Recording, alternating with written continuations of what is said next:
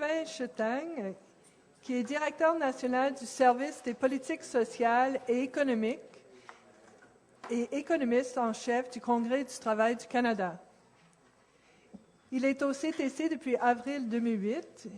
Il est impliqué dans le mouvement syndical depuis 1989, premièrement en tant qu'activiste et élu au niveau local et régional, puis en tant que chercheur et représentant pour plusieurs organisations, dont le Conseil canadien de développement social et l'Alliance de la fonction publique du Canada.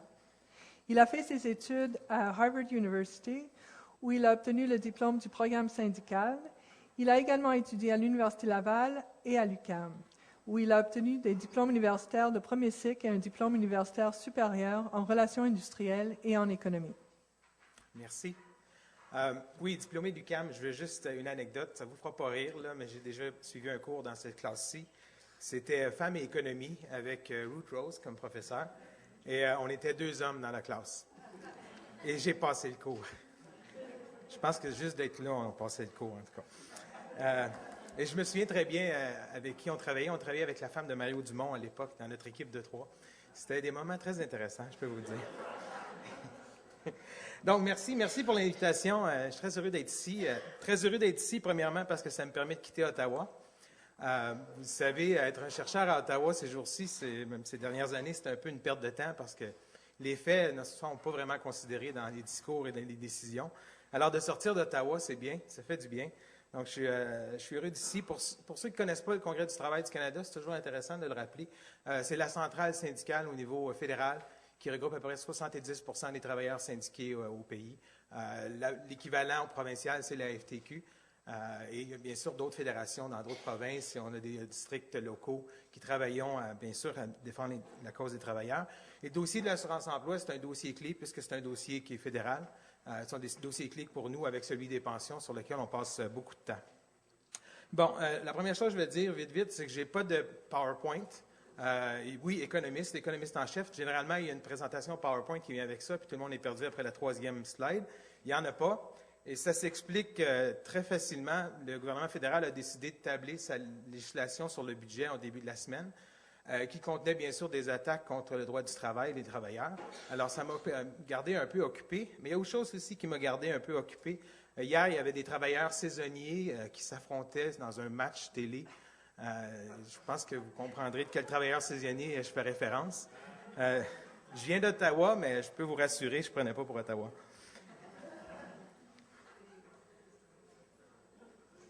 De façon plus sérieuse maintenant, je vais toucher 2 choses.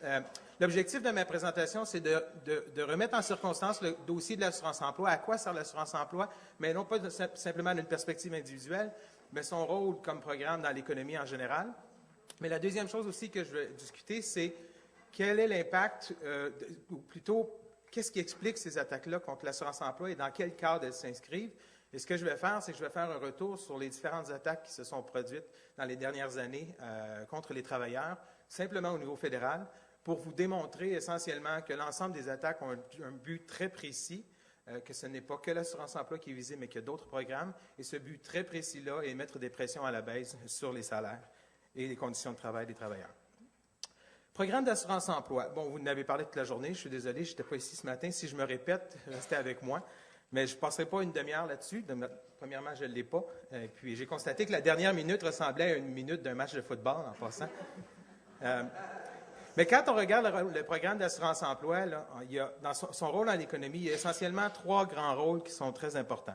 Bon, le premier, c'est un rôle de sécurité de revenus, de stabilité du revenu pour le travailleur qui perd son emploi. Ça, on le connaît, on le reconnaît, comment on y a accès, qu'est-ce qu'on a fait, etc. Ça, c'est le rôle numéro 1. Le rôle numéro 2, c'est celui de permettre une meilleure adéquation possible entre l'offre et la demande de main-d'œuvre, qui est un rôle aussi important parce qu'on veut maximiser l'utilisation des compétences et également la capacité de production dans un pays. C'est essentiel qu'il y ait une meilleure juxtaposition entre l'offre et la demande du marché du travail. Un troisième rôle, on parle moins, c'est celui de stabilisation automatique de l'économie. Le programme d'assurance-emploi est un programme qui permet de stabiliser, en collectant des revenus ou en donnant des bénéfices, l'économie à travers le temps. Et ces 3 rôles-là sont essentiels dans le rôle que le programme peut jouer pour l'économie dans ces fluctuations économiques. Maintenant, comment ces 3 rôles-là ont-ils évolué? Quel a été le rôle du gouvernement fédéral et pas simplement conservateur, mais également libéral, les dernières années, comment ils ont joué avec le programme pour jouer avec ces trois principes-là. Prenons premièrement la stabilité du revenu. Vous en avez sûrement parlé ce matin. Au niveau de la stabilité du revenu, le programme est de moins en moins généreux. Non seulement parce que ce qu'on peut recevoir, mais simplement d'y avoir accès. Une statistique, je ne sais pas si elle a été utilisée ce matin, mais c'est le nombre de chômeurs par rapport au nombre de prestataires, ce que nous, en anglais, on appelle le BU rate.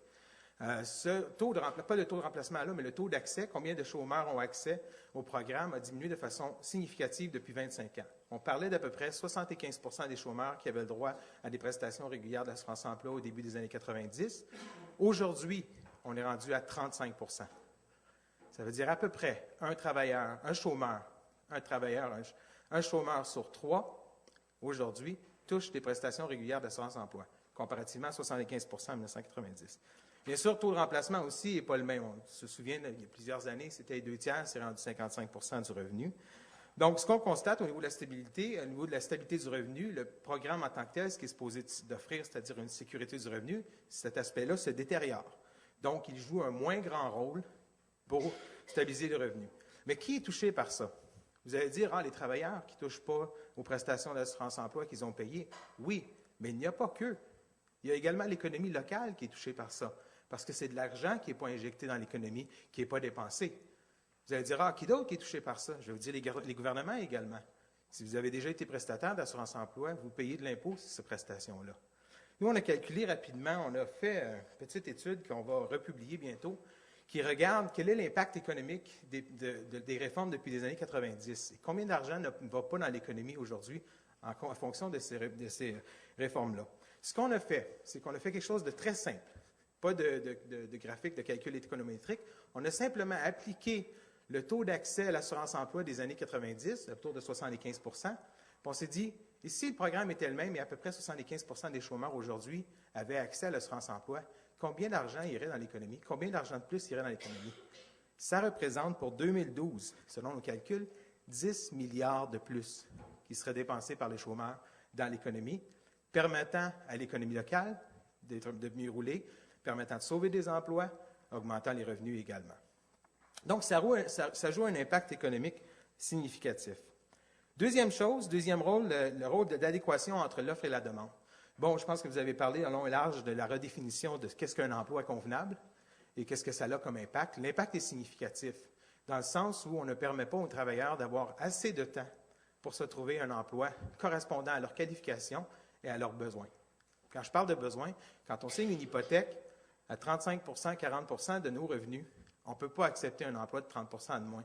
C'est bien de pouvoir se faire dire qu'on va accepter un emploi de 30 de moins, mais la banque, elle ne va pas réduire une hypothèque de 30 Il y a également des obligations qu'on doit prendre en considération. Donc, en réduisant et en mettant en changeant la définition d'emploi convenable, ce qu'on vient faire, c'est qu'on vient forcer les travailleurs à accepter des conditions, des chômeurs à accepter des conditions moindres. Et ces conditions moindres-là font en sorte qu'ils ont des impacts sur l'économie, mais ils ont également des impacts sur le travailleur et l'adéquation entre l'offre et la demande sur le marché du travail. Un exemple très simple. Vous l'avez dit tantôt, je suis un directeur. J'ai 2 postes ouverts présentement. Si jamais quelqu'un veut faire un stage cet été, travailler sur le salaire minimum, j'ai un poste pour vous. Ça ne paye pas très bien, mais en tout cas, on parlera des conditions après. Mais combien de temps ça prend à remplir un poste? Si quelqu'un a déjà essayé de trouver un emploi en fonction publique provinciale ou fédérale, 6 semaines, oubliez ça. On parle de 6 mois, là. Moi, je viens d'embaucher quelqu'un qui s'occupe de formation professionnelle. Ça m'a pris 4 mois à trouver quelqu'un. Oubliez ça en 6 semaines. C'est pas comme ça. Le processus d'embauche avec les entrevues, etc., ça ne peut pas se faire dans 6 semaines. Dans les emplois déqualifiés, peut-être, mais quand on parle d'une certaine qualification, oubliez ça, ça ne peut pas être en 6 semaines. Donc, quand on met de la pression, telle que si on est chômeur fréquent, il faut qu'on se retrouve un emploi dans 6 semaines, oubliez ça. L'adéquation ne peut pas bien se faire. Troisième élément, l'élément de stabilisation. La stabilisation automatique des revenus. Comment l'assurance-emploi fonctionne comme ceci. Il y a un taux de cotisation que vous devez payer, vous comme travailleur et l'employeur. Ce taux de cotisation-là est accumulé au niveau central et est distribué selon les différents programmes, dont les prestations régulières. Prestations régulières lorsqu'un travailleur perd son emploi. Quand l'économie va bien, il y a plus de travailleurs qui travaillent, plus de travailleurs qui payent des cotisations et il y a moins de chômeurs. Ce que ça fait, c'est que les revenus augmentent et le nombre de dépenses diminue et il se crée généralement un surplus. Ce surplus-là, dans une période de croissance, permet de ralentir l'économie. On devrait accumuler ces surplus-là pour quand l'économie ralentit. Ce qu'on a fait dans les 15 dernières années, c'est qu'on a accumulé ces surplus-là, puis on a payé la dette. Avec des surplus de 57 milliards de dollars. Puis, crise financière, crise mondiale, 2008, qu'est-ce qui arrive? Il y a eu une perte d'emploi significative et très rapide, plus de chômeurs. Il y a eu moins de travailleurs, plus de chômeurs. L'inverse s'est produit. Il y avait moins de cotisations qui rentraient et plus de bénéfices qui se payaient. Et là, on s'est retrouvé dans une situation de déficit. Et c'est ce qu'on veut, parce que ce déficit-là permet, comme je le disais tantôt, aux travailleurs de pouvoir continuer à faire rouler l'économie, à protéger d'autres emplois, à stabiliser l'économie. C'est bien beau. Sauf que ce qu'on a fait en réalité, c'est ceci.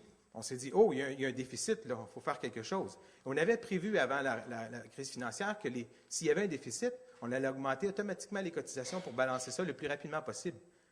Mais en augmentant les cotisations, qu'est-ce qu'on fait? On enlève de l'argent dans l'économie. On ralentissait l'économie. Nous nous sommes soulevés, également les employeurs. C'est rare que les employeurs et les syndicats sont d'accord. On a dit, il me semble que le programme n'est pas supposé de fonctionner comme ça. Il me semble qu'on devrait faire en sorte qu'effectivement, il y ait un certain déficit puis que les cotisations n'augmentent pas trop vite. Et heureusement ou malheureusement, ils nous ont écoutés, je dirais entre guillemets, parce qu'ils ont quand même augmenté les cotisations, réduisant ainsi le rôle économique de l'assurance-emploi. Ce qu'ils ont fait avant la crise était encore pire. Quand ils ont constaté qu'il y avait un surplus et qu'il y avait des gens qui disaient « il y a trop de surplus, qu'est-ce qu'on fait avec ces surplus-là? » Au lieu d'utiliser les surplus qui existaient avant la crise et de prendre ces surplus-là et de former plus de main-d'œuvre pour pallier à des potentiels crises de manque de main-d'œuvre dans certains secteurs, ils ont dit non, les surplus, ce qu'on va faire, on va réduire les cotisations. Et c'est ce qu'ils ont fait. Ils ont réduit les cotisations de façon significative. Au lieu de prendre ces surplus-là pour créer une banque pour la prochaine récession et former plus de main-d'œuvre. Maintenant, qu'est-ce qu'ils vont faire dans le futur? Ça, c'est intéressant. Je vous recommande de relire le budget qui a été établi, ça fait tellement longtemps, déjà 21 mars, à page 292. Ils ont déjà décidé d'avance qu'est-ce qu'ils allaient faire avec le régime. Ils continuent à augmenter les cotisations. Le taux de cotisation, il va augmenter aujourd'hui 1,83, 1,88 à 1,93 du 100 $ de gain assurable. Il va monter jusqu'à 1,98. Lorsque le régime va être balancé en fonction des déficits qu'il a accumulés seulement depuis le début de la crise financière ou un peu avant, lorsque celui-ci va être balancé, il va être en situation d'équilibre. Qu'est-ce qu'on fait avec les surplus? Qu'est-ce qu'on fait avec l'argent? Au lieu de prendre l'argent, de former plus de travailleurs pour pallier à des pénuries potentielles de main-d'œuvre s'il y a croissance économique, non. Ils ont décidé déjà d'avance de baisser les cotisations. Les cotisations dans le budget sont prévues pour 2017-2018 à 1,53 du 100 $. Overnight, ça part de 1,93 à 1,53. Maintenant, le régime aujourd'hui, quel est son état? Savez-vous qu'aujourd'hui, le régime d'assurance-emploi dégage des surplus? On attaque les travailleurs, on attaque l'accès, et est en situation de surplus annuel. L'année dernière, 1,5 milliard, 1,4 milliard cette année, 2,8 milliards l'année prochaine, 4,1 milliards l'année d'après, puis 4 milliards l'année suivante. C'est pas moi qui le dis, là. C'est Jim Flaherty et son livre bleu. Pas livre rouge, hein? Livre bleu. C'est pas mes chiffres, là. C'est ses chiffres. Et en 2017-2018, on coupe les cotisations au lieu d'investir dans la main-d'œuvre. C'est ce qu'on fait. On fait l'inverse que ce qu'on devrait faire avec ce régime-là. C'est-à-dire, quand on a besoin de stimuler l'économie, on paye des bénéfices, on donne accès aux chômeurs pour qu'ils se reforment, pour qu'ils prennent le temps de trouver du travail, pour améliorer la juxtaposition entre l'offre et la demande, pour stabiliser les revenus. On ne fait pas ça. Puis quand on va avoir besoin de former encore plus de travailleurs, qu'est-ce qu'on va faire? On va avoir accès à plus de travailleurs migrants. Mauvaise gestion, à mon avis, du marché du travail. Donc, 3 éléments fondamentaux du régime qui ne sont pas très bien gérés présentement par les conservateurs et les libéraux à l'époque. Pourquoi ils font ça? Combien de temps il reste? 5-6 minutes.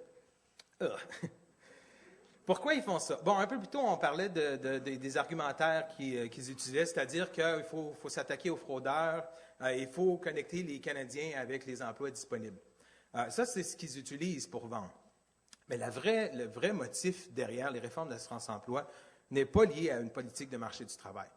C'est lié essentiellement à un objectif de, je dirais, j'aime pas leur mot, là, mais tout est contrôlé par des objectifs fiscalistes, c'est-à-dire au niveau de la balance budgétaire. Comme vous savez, on entend beaucoup parler de déficit zéro, on doit atteindre le déficit zéro, etc. Si vous regardez les chiffres que je viens de vous dire, là, 4 milliards de surplus. Là. Quand on regarde le calcul du budget, vous croyez qu'ils vont ces surplus-là? Ils vont dans le calcul qui permet à la fin aux conservateurs d'atteindre leur déficit zéro là, en 2015-2016. Faites-vous pas d'idée qu'ils mettent ça dans un coffre-fort à quelque part pour nous autres plus tard. Là. Ça rentre dans les chiffres, dans les calculs. Là.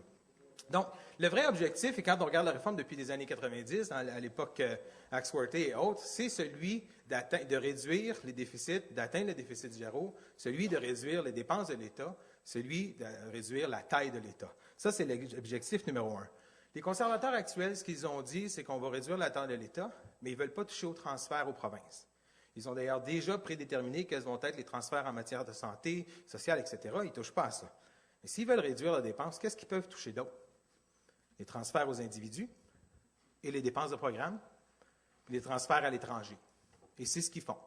Premier budget, les transferts à l'étranger coupés de façon significative. Les transferts aux individus, deuxième, troisième budget, coupe à l'assurance-emploi, mais également un autre programme qui est très important, qui est des transferts fédéraux, c'est au niveau des pensions, sécurité de la vieillesse, supplément de revenus garantis. On coupe sur les transferts. Et l'autre programme qu'on coupe, c'est la gestion en tant que telle, les programmes en tant que tels qu'on coupe, c'est-à-dire l'administration publique en tant que telle. C'est là qu'ils coupent. C'est leur stratégie, ils sont très clairs à propos de ça. Et leur objectif, ce n'est pas de gérer nécessairement une meilleure adéquation ou à faire en sorte que le programme d'assurance-emploi permette d'avoir le moins de fraudeurs possible ou une meilleure adéquation. Ce n'est pas ça, c'est de balancer les livres le plus rapidement possible pour réduire la taille de l'État, pour réduire les impôts et les taxes et se faire réélire là-dessus. C'est ça leur vrai agenda. Donc ça, c'est l'agenda numéro 1. Leur deuxième agenda, c'est qu'ils doivent aussi faire plaisir à leurs amis. Quand ils gèrent l'économie canadienne, les conservateurs sont très clairs. Si vous voulez savoir comment ils pensent, vous avez juste à regarder ce qui se passe en Thunder Bay et Calgary. Tout ce qui est à l'extérieur de ça, ils s'en foutent pas mal. OK? Et qu'est-ce qui se passait en Thunder Bay et Calgary depuis qu'ils sont élus? Des employeurs et un marché du travail qui se plaignent qu'il n'y a pas de main-d'œuvre qui veut travailler au salaire qu'ils veulent les payer. C'est ça qui se passait. Alors, qu'est-ce qu'on peut faire avec ça? C'est ça qu'ils se sont dit. Et comment on peut gérer ça? Ils ont fait plein d'actions pour essentiellement intervenir sur le marché du travail. Et pour un gouvernement qui ne veut pas intervenir, laissez-moi vous le dire, ça fait plusieurs années que je fais ça, ils interviennent pas mal pour influencer le marché du travail. Et ils écoutent leurs amis. Je vais juste parler de 30 secondes de leurs amis. Fédération canadienne d'entreprises indépendantes, ça vous dit quelque chose? En anglais, c'est CFIB. Leur objectif, eux, est simple. Nous, on ne peut pas dans le privé embaucher des gens parce que le public compétitionne contre nous, ils payent trop bien, ils ont des fonds de pension. Il faut que vous faites quelque chose avec ça. Autre organisation que vous connaissez peut-être moins ici, Merit Contractor, Merit Canada, dans le secteur de la construction, qui disent essentiellement que nous, on aimerait ça compétitionner les travailleurs syndiqués dans la construction en offrant des salaires moindres. Et que ça ne devrait pas être obligatoire d'avoir des travailleurs syndiqués dans la construction pour construire des buildings fédéraux, des routes, des infrastructures, etc. Et d'autres organisations comme Labour Watch, je pense que le nom le dit très bien, Labour Watch, c'est-à-dire qu'ils nous ont à l'œil, nous les travaillistes. Donc, qui veulent, bien sûr, croire, comme l'Institut Fraser ou l'Institut économique de Montréal, qui croient que les syndicats, c'est quelque chose qui endommage l'économie et qui devrait être tassé pour améliorer la situation. Quand vous regardez le budget de 2007, il y a quelque chose qui est très clair qui dit, à propos du marché du travail, que les conservateurs disent, qu'est-ce qu'on veut, nous? C'est le meilleur marché du travail qui soit le plus flexible au monde. Je vais juste faire attention, quand on lit les budgets fédéraux, surtout des conservateurs les dernières années, ils utilisent très bien des mots qui veulent dire deux choses. Je me souviens d'ailleurs, l'équité en emploi, à l'époque, il y avait écrit dans un budget, on va réformer l'équité en emploi. On se disait, nous, à la FPC, peut-être qu'ils vont enfin corriger les problèmes. Ils l'ont corrigé, ils l'ont scrappé. Quand on parle de flexibilité en emploi, là, ça ne veut pas dire de meilleure juxtaposition entre l'offre et la demande. Flexibilité en emploi, ça veut dire comment on va faire plier les travailleurs. C'est ça la flexibilité pour eux autres, là. Je veux juste que ça soit bien compris.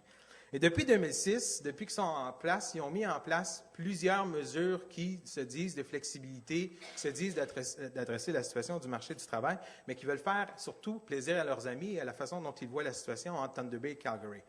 Et ce qui faisait le plus peur aux entreprises à l'époque, 2006, 2007, 2008, entre Thunder Bay et Calgary, c'est les deux choses suivantes. Accès à la main-d'œuvre et contrôle des coûts à la main-d'œuvre. Comment on contrôle les coûts, comment on y a accès. Qu'est-ce qu'on met en place comme politique pour gérer ça? Et ils ont fait plusieurs choses depuis qu'ils vont dans ce sens-là. N'oubliez pas, le gouvernement fédéral a toujours l'objectif de vouloir balancer ses livres. Je vais juste faire, vite, un résumé. Nous, au bureau, de façon, je dirais plutôt plate, là, on appelait ça le top 10 de Harper.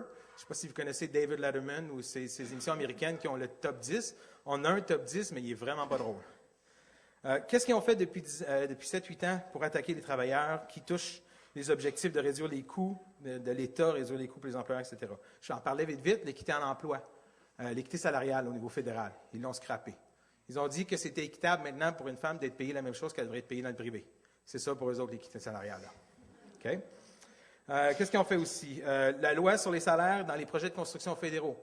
Lorsqu'il y avait des projets de construction, ils étaient inclus que pour faire une offre, il fallait que tu fasses une offre au moins à des taux de salaire où les salaires payés ne seraient pas en compétition. Donc, ce seraient des taux de salaire de la construction pour faire en sorte que les différentes offres se fassent en dehors, la compétition se fasse en dehors que le salaire des travailleurs de la construction. Qu'est-ce qu'ils ont fait avec ça?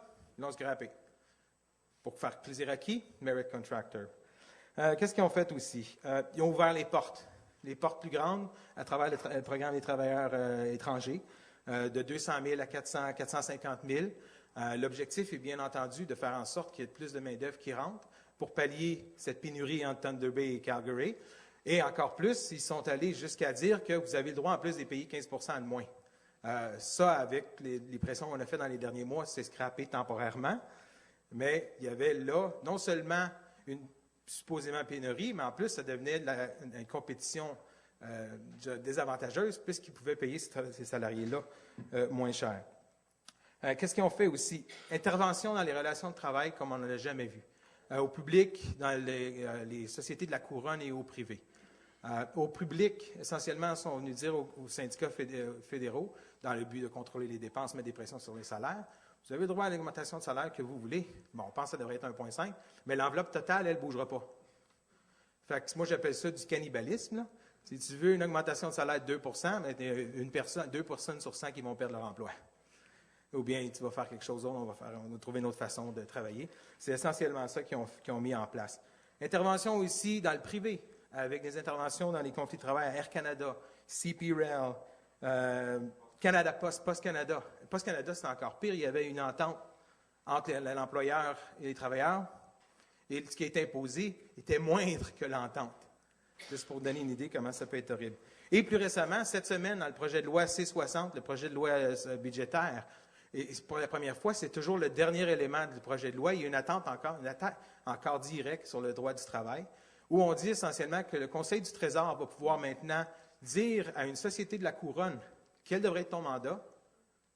Il va avoir le droit de s'asseoir à la table, il va avoir le droit de dire oui ou non si l'entente de principe est acceptable. Puis s'ils ne le font pas, ils peuvent mettre dehors le monde de la société de la couronne.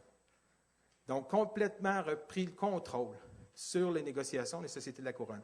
Et ils vont même jusqu'à ajouter en disant que, en passant, pour ceux qui sont juristes, là, nous ne sommes pas l'employeur en vertu du Code du travail.